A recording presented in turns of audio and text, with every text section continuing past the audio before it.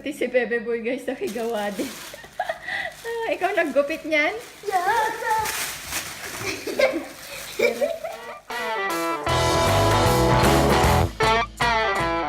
Hi guys, good morning. Today is, I don't know, wala sa mood mag-vlog eh. Ang tagal ko nang hindi nag-vlog, pero yeah, tsaga-tsagaan nyo muna yung mga content ko.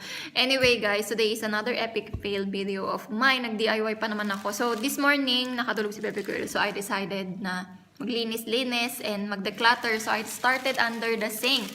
Yung sa sink area namin, pagbukas ko, ang daming plastic na bumungad sa akin. So bago ko sila tatapon, sabi ko, why not make a DIY out of it? And eto na nga, suot-suot ko pa rin hanggang ngayon. See that, since wala akong idea, parang nag-pop up lang na i-DIY natin to bago natin itapon. Hindi siya prepared, and any minute soon, gigising si Pepe Girl, diba? So, ayun, ang ending, palpak, and okay na rin. Sana next time magkaroon ako ng mas maraming time para gawin siya, para okay naman yung outcome, diba? Sana hindi ako maban, pinis, doon pa naman kami nag-grocery kasi yun yung malapit sa amin. Kasi ginamit ko yung pangalan ng plastic bag nila. Sabi naman kasi doon, recycle, diba? Pakita ko dyan, oh. Recycle, ginawang pambahay yung nila, supot nila.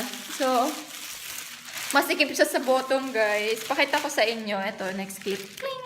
Cling talaga.